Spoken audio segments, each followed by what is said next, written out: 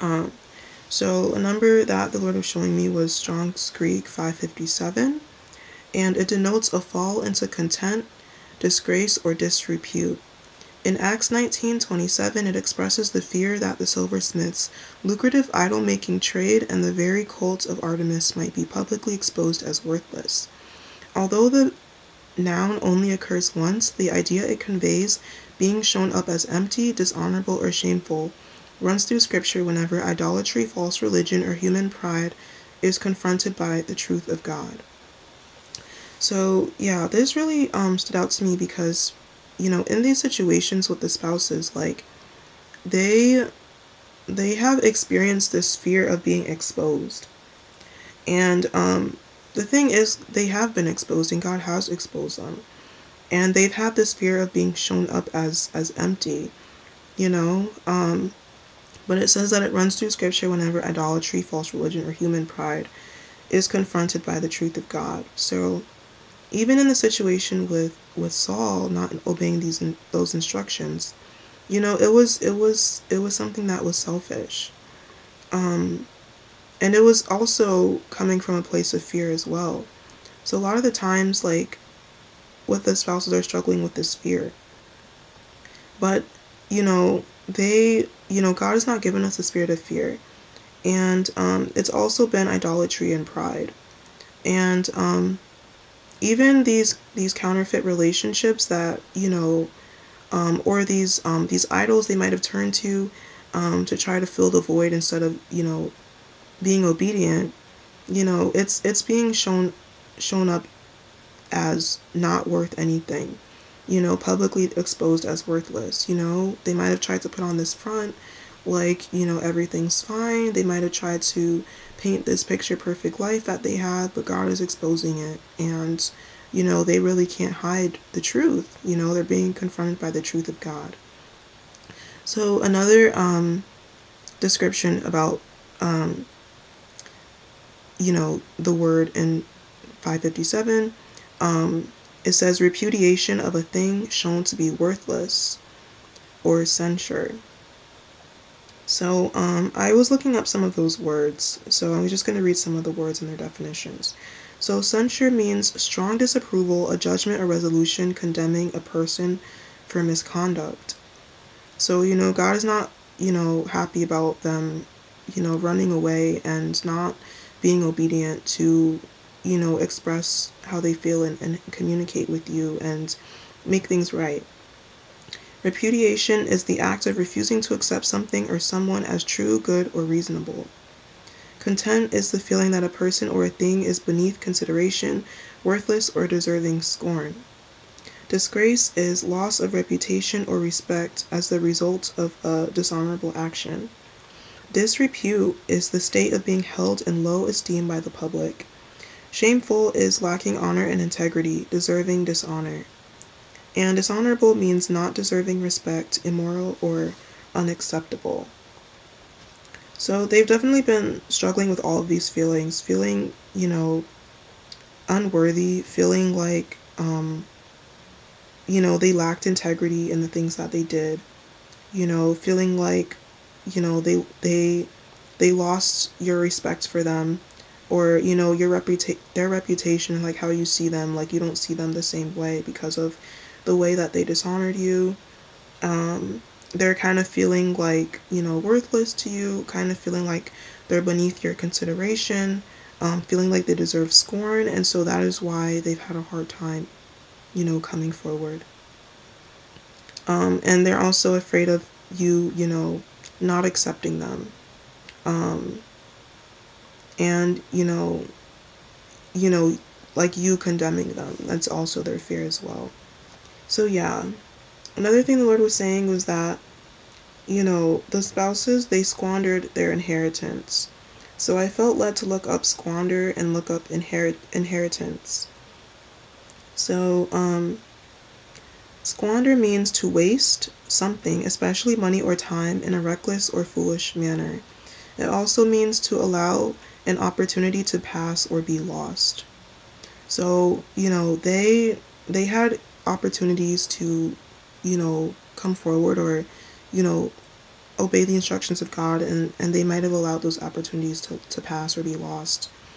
They might have wasted time, they might have wasted money, and then inheritance means the transfer of property, assets, and rights from a deceased person to their heirs. And so God has given them this inheritance. Part of that is you. And they have squandered this inheritance, this, like, you are an asset to them. And they received this gift through the blood of Christ. But they did not, they were just foolish and reckless in the way that they, had, they had this inheritance and they had you. They wasted time in, committing to you, and they had opportunities to make things right, and they allowed those opportunities to pass. And mind you, like, it's not only you, but like this union is connected to so many other things in relation to their inheritance. So it's not only you that's part of this inheritance, but you are connected to so many other things connected to them. So it's bigger than just you. But it's a big deal to God, and that is why God is just like really just letting them know, like, listen, like, you have free will, but like you really need to step up and make this decision. So so going back to the birthday part of things. So basically it was the day after my birthday, which was yesterday as I'm filming this, and I went to my dad let me get breakfast, to order breakfast. So I went into the place to pick it up, to get my food. And while I was waiting for my food, the song was playing in the restaurant, and there was a worker there. She was kind of singing the song, and so that was when I kind of felt like, okay, let me just see if this song has any meaning. So the song is called Say You, Say Me, and the album cover of this I basically Shazammed the song, and so the album cover is called Happy Birthday Songs, and it's literally a cupcake with a candle lit up on it. So that was like what really stood out to me when I was looking at the song. And it was even when I Shazammed the song, I wasn't even able to find the lyrics. So I had to look up the song to find the lyrics, and I was able to find the lyrics in a version of the song by Lionel Richie.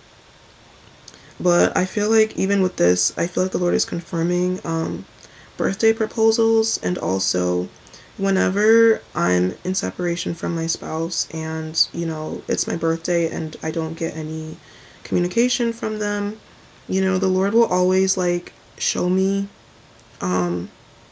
give me a birthday message from them, because they weren't able to verbally express how they felt. But whenever, I'm in separation and it's my birthday and I don't have communication from them, the Lord will give me a message, to say, this is their happy birthday wish, even though they didn't say anything to you. So that was something for me. But I think it was also confirming the birthday proposals, and also just this time being a time of feasting and celebration. And also with even giving birth, happy birthday. And it was my birthday, and the number meaning newborn or newly born. So so under the list of under the actual song that I Shazammed, under it said top songs, and one of the songs, the first song that I saw under there, was called Hard to Say I'm Sorry.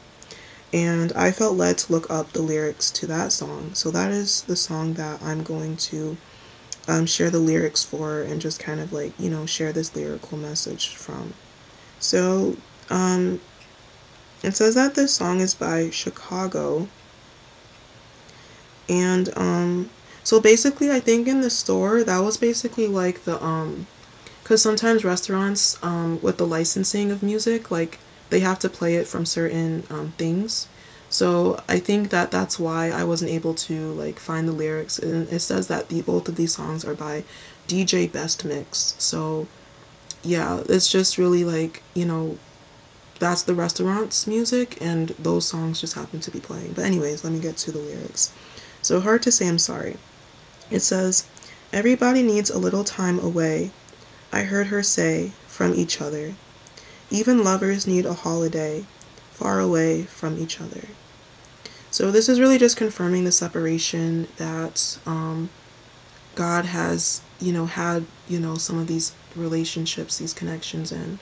And it's the female saying, I heard her say, everybody needs a little time away from each other. Even lovers need a holiday far away from each other. So, this separation has not been in vain, although it has been difficult. And again, like if God has been leading you to create space from them, if God has been leading you to kind of separate yourself and take this time away from them, then, please do it. But continuing on with the lyrics, it says, hold me now. It's hard for me to say I'm sorry. I just want you to stay. So yeah, basically they want to say that they're sorry, but it's been hard for them to say. And they want you to stay. They don't want you to, completely leave them. So it says, after all that we've been through, I will make it up to you. I promise to. And after all that's been said and done, you're just the part of me I can't let go. Ooh. They know everything that you've been through. Like, you and them together, like, in this whole journey. They know that, it's been challenging for the both of you, and it hasn't just been, one-sided difficulties and challenges. And, they know that on your end you've been through a lot. You know that on their end they've been through a lot, and you've both been through a lot, even together. But,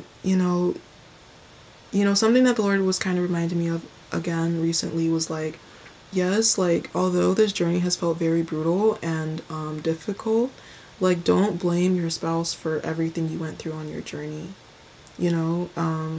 because, even they might have done that at some point, but, like, this journey, it's bigger than you both, and, everything that you went through, it wasn't because of them, and even if the enemy, like, influenced them or something like that, like, God is going to work it all out for good, and you were able to be built up in your faith and in strength through it. And so, they're saying that they promise to make it up to you, and they do intend to, even when this communication and comes forward and these reconciliations occur, and it says, like, you're just a part of me I can't let go. And even in the movies, that was how they felt. They couldn't let go of them, like, you were able to let go, but they can't let go, So then it says, couldn't stand to be kept away, just for the day from your body, wouldn't want to be swept away, far away from the one that I love. So yeah, being away from you has been difficult for them. And when you are physically with them, it is something that they really enjoy. Just your physical presence being with them. So then it says, hold me now. It's hard for me to say I'm sorry. I just want you to know. Hold me now. I really want to tell you I'm sorry. I could never let you go. After all that we've been through, I will make it up to you. I promise to. And after all that's been said and done, you're just a part of me I can't let go. After all that we've been through, I will make it up to you. I promise to. You're gonna be the lucky one.